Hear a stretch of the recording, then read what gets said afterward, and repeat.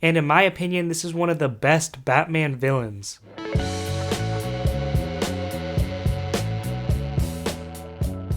What's up guys, welcome back to Superhero Legacy. My name is Liam, and in today's video I'm going to be talking about one of the best and one of the most popular Batman villains to have come out in recent years, and that's going to be the Court of Owls. The Court of Owls was introduced in DC Comics by writer Scott Snyder and penciler Greg Capullo in their New 52 run on Batman in 2012. In the past, there have been many writers who have attempted at making original Batman villains within the modern era of DC Comics, but there's not many of them that actually gained popularity and stuck around. If you think about some of Batman's best rogues, their debut was decades ago in the 1900s, and there haven't been many good ones that have emerged recently. But let me tell you guys something, the Court of Owls storyline, when it was initially being released, was massively popular. I mean, it was crazy how well received this story became, and it was almost like this comic book phenomena. There were sole events and Comic Cons dedicated to this comic, and hundreds if not thousands of people would come wearing these owl masks and wanting to meet with Scott Snyder. It was insane. And all of this hype was well deserved because the Court of Owls is probably one of the best, if not the best thing to come out of New 52 Batman. This story is about mystery and intrigue, and it brings out the best of Batman's detective skills. But it's also a story about political corruption, secretive control, and the power of the unknown. The Court of Owls is so good, guys. If you haven't read this story, then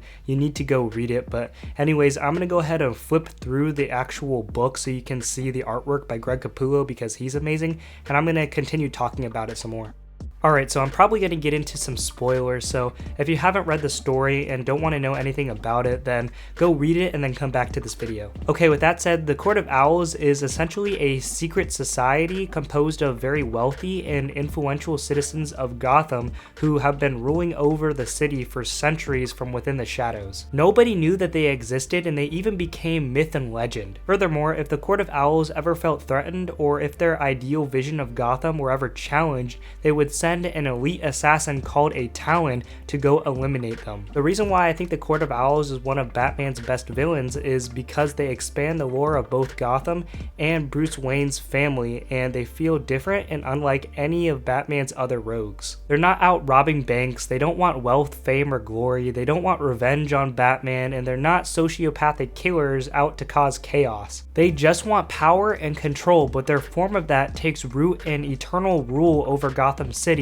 but not from a physical standpoint, but more from a political and structured standpoint. As long as nobody knows they exist, and as long as they can continue to dictate the future of the city, they don't care about anything else. One of the most intriguing things about the Court of Owls is the type of threat they pose to both Batman and Bruce Wayne. The comic series starts out as a detective story after Bruce Wayne gets attacked by a Talon because of his plans to rebuild Gotham. After his near escape, Batman has to unravel the truth behind his city and this mysterious group of people, and he ends up finding the homes of these Talons and the underground base of operations of the Court of Owls. The group of people Bruce grew up believing was a tall tale turns out to be real and have been controlling Gotham for years. This is so good because it shows that maybe Batman doesn't know Gotham as much as he claims to, and there are things that even he doesn't know. The world's greatest detective couldn't discover that there was a covert group of dangerous people ruling the city for decades. As you continue reading the comic, you also find out that the Court of Owls has heavy ties with Bruce Wayne's family history. You learn more about Bruce Wayne's great-grandfather's mysterious death, you learn more about Dick Grayson and his ties to the Court of Owls, you learn about Bruce's supposedly long-lost brother that his parents never told him about, and you even question if the Court of Owls had anything to do with the murders of Martha and Thomas Wayne, or even if they were good people to begin with. As you can see, the Court of Owls is not only able to attack Batman from a position where he might not know as much about Gotham as he thinks, but they're also able to attack Bruce Wayne from a position where he might not know as much about his own family as he thinks. It makes him question his parents and whether or not they were good people, and the best part about it is by the end of the story, you don't know what Martha and Thomas Wayne's true intentions were or if they had another kid. It's all left to your own interpretation, and I think that's what makes it even better. A story about about intrigue and mystery leaves you feeling that way even after the comic has finished, and it's just beautiful and poetic. What's even more poetic is that the natural predator of a bat is an owl, so even from that perspective, it's so good. The Court of Owls really serves as the perfect Batman villain because they go after the legacy of both Bruce Wayne and Batman, and they're able to attack him from a personal angle. There's a great moment in the series where Batman is being psychologically tormented by the Court of Owls when he goes underground to try to discover their existence. He ends up in this trippy maze, and there's like these odd photos of people on the wall. There's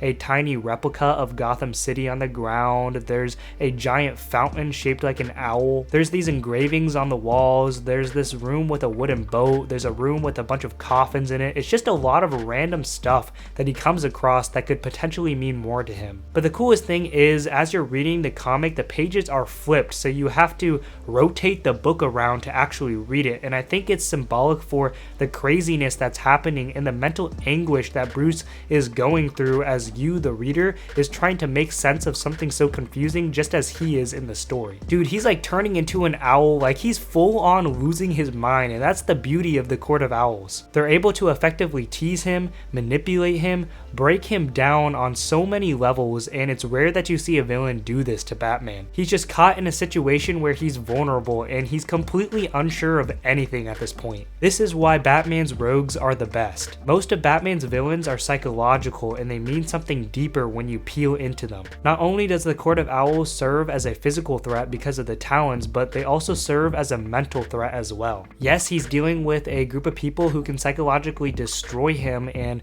pretty easily kill him if they wanted to, but more importantly, he's dealing with a group of people who have the power to actually make changes to Gotham. The Court of Owls has structure, they have purpose, and I think at the end of the day, why they are so dangerous is because of the fact that 1, nobody knows that they exist, 2, they've been studying Gotham and its citizens for decades, and 3, they're composed of people who possess the status, the relationships, and the resources to make change, and nobody would ever think about opposing them because they'd either be eliminated by a talon, or again, because nobody even knows that this organization is real. If people have no reason to believe, then why would they? And the Court of Owls practically embody this, and they use the power of superstition and urban legend to their advantage.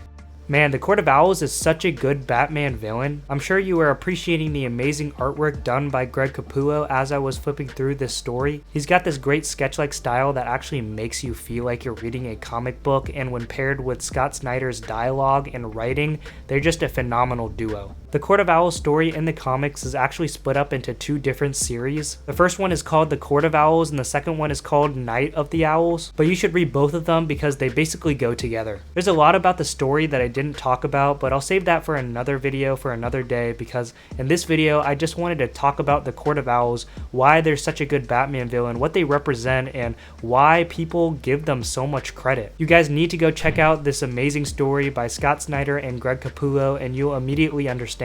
I think they'd be a great antagonist for Robert Pattinson's Batman because they're just so real, and I can see them effectively being placed into the Gotham that Matt Reeves has created, but nonetheless, I think DC in some way needs to take advantage of this incredible villain. So that's going to do it for this video, guys. Please like and subscribe for more superhero content, and share your thoughts on the Court of Owls down in the comments below.